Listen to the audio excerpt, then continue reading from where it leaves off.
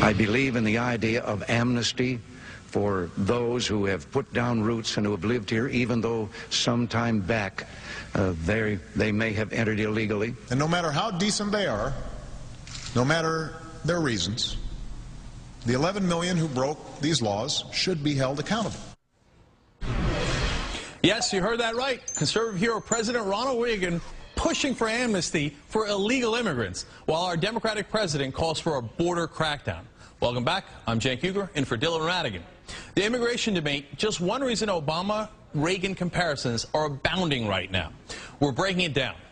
Siena College out with its new ranking of the presidents. Historians put our current president at 15th, with the Gipper ranked 18th. That is going to drive conservatives crazy, but maybe it shouldn't. So time for a little pop quiz we're calling Who's More Conservative? I'll give you the policy decision. You decide whether it was President Obama's or President Reagan's. We start with foreign policy. Which president negotiated with an enemy country without preconditions? Was it President Obama or President Reagan? If you said President Obama, that is incorrect, though he says he's open to it at some point. Republican Hawk. Would you be willing to meet separately, without precondition, during the first year of your administration in Washington or anywhere else, with the leaders of Iran, Syria, Venezuela, Cuba, and North Korea? Senator Obama? I would. Republican hawk Ronald Reagan actually did it in March 1985. At the height of the Cold War, Reagan invited newly appointed Mikhail Gorbachev, leader of the evil empire, for a summit in Geneva without preconditions. You'll recall President Reagan's administration was also responsible for trading arms for hostages in the Iran-Contra affair. That would be negotiating with terrorists, literally. Next, which president is famous for his decision to cut and run when our troops were attacked in the Middle East? Yep, that would be President Reagan. He withdrew immediately from Lebanon in 1983 after Hezbollah murdered 243 U.S. servicemen in Beirut. Contrast that decision with President Obama's 30,000 troop surge in Afghanistan. Next, the fiscal policy. Which president refused to raise taxes for anyone making less than $250,000? Yeah, that would be President Obama.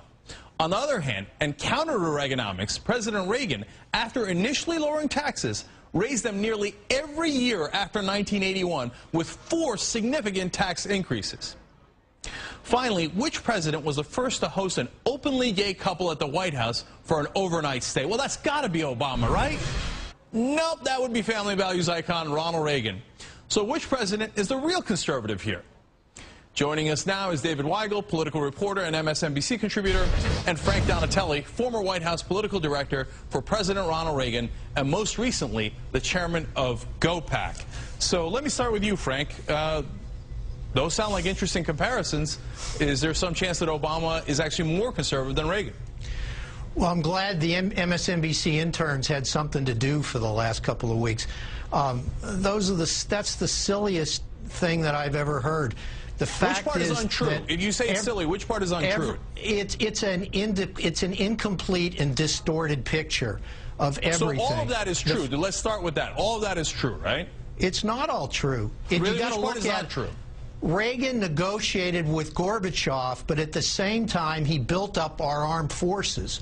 So to say that he negotiated with Gorbachev without preconditions is silly. No, wait, it's not silly. It was part of an integrated strategy. It's absolutely correct. It was part of an integrated strategy. Obama has also increased our Pentagon spending, and he did a surge in Afghanistan when Reagan ran from Lebanon. Not as a part of GDP. That's got to be true, right? Not as a part of GDP. Reagan wanted to cut government. He wanted to make government smaller. He wanted to make the private sector stronger.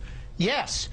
Really? Absolutely. The deficit went up tremendously under Reagan, and from $700 billion to $3 trillion. It wasn't $1 trillion every year like Obama's.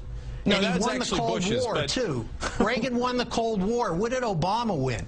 Obama hasn't won anything. Oh, Reagan single-handedly won the Cold War. He hasn't created any jobs. All right. 10% unemployment. Right.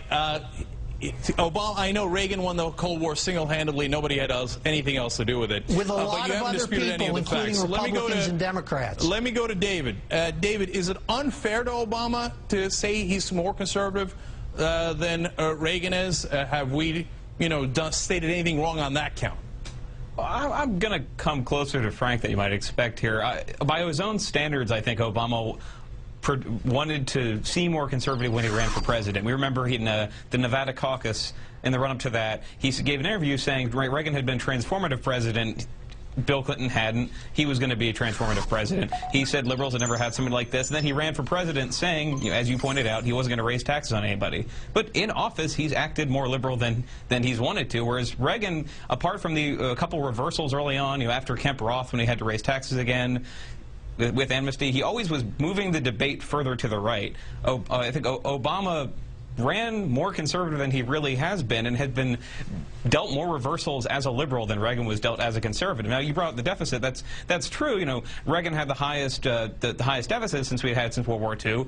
Obama's had much higher deficits, and he's much more apologetic about the reasons he did. You know, conservatives are still able and willing to say that government taxes were lower, that government shrank in some ways. If they can't defend it at every level, Democrats can't really defend the way they've governed based on what they ran on. So, I mean, it's fun to compare a couple of these different issues, and certainly Obama deserves a bit more credit on foreign policy on immigration in not, you know, attacking the very traditions on which the Republican was founded. But yeah, he's not a conservative. Come on. No, not come on. I mean, you make a good point in that that Reagan pushed the spectrum further to the right. I hear you on that, but the flip side is the spectrum has already moved, and it's not like Obama's pushing it back to the left. So, I mean, and the spectrum has moved so much, let me ask you a follow-up question. At this point, you know, when Reagan did it, I don't know, was it conservative to do amnesty? Now, you know, they'd go ballistic if Obama did amnesty for illegal immigrants, and that's it. Wouldn't they? Yeah, I'd like to see Frank's answer to that, because this is something conservatives wrestle with, explaining why in the year 2010 we've actually got borders better border control than we had them 2 years ago, why this is unthinkable. And I guess there's space to say it's unfair to say that every single thing Obama does is antithetical to liberty. You know, his health care plan was not the health care plan liberals wanted. It was a variation of the plan Republicans proposed in 1994 as a compromise. So yeah, he's adapted to a spectrum that's been shifted to the right. But he's trying to govern as liberal as possible and not doing a great job of it as far as liberal is concerned. I gotta be honest with you. I don't agree with either one of you. I don't think he's being as liberal as he can at all. You know, they were already calling him a socialist. Why not actually do the public option, let alone single-payer health care? But David asked a good question. Frank, let me ask you. I think the spectrum has moved. Do you agree that Reagan did amnesty, what now conservatives think is unthinkable? And do you agree that he negotiated with terrorists, which now Republicans think is unthinkable? Didn't he do those, what you would characterize as very liberal policy positions? In 1986, the problem of immigration was not nearly what it is in 2010. So it was okay to do amnesty. The estimates were we had 3 million illegals living in the United States. We now have between 10 and 20 million. So the idea of amnesty didn't work in 1986, and it's not going to work in 2010.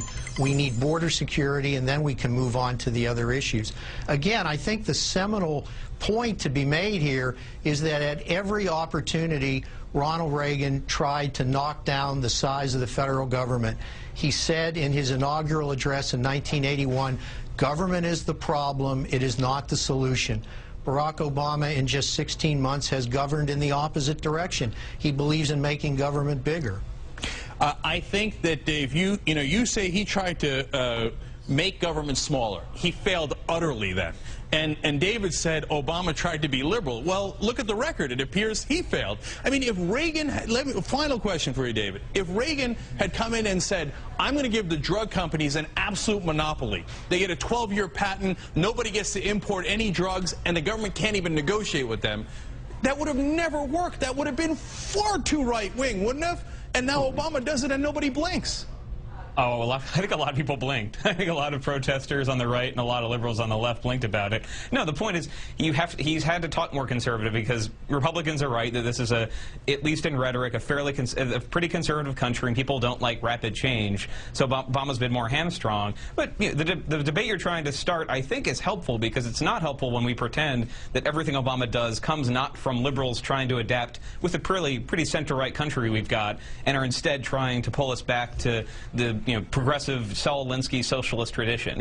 In reality, Obama, I think, is a pretty liberal guy who's operating within these contours and making a lot of compromises the way that Ronald Reagan did. But we get completely off track both times. It's good to take it off track into a different direction like this. All right. Well, that was fun because I totally disagree with both of you. This is not a center-right country. You look at any poll on the issues, it's a center-left country. The problem is our politicians tell us they're going to vote in that direction, and they don't. And yes, Obama was elected to change the contours. That's exactly the problem, David. He said, I'm going to bring you change. And then what did he bring us? He brought us policies that, on the record, that neither one of you can dispute, that are more conservative than Ronald Reagan's.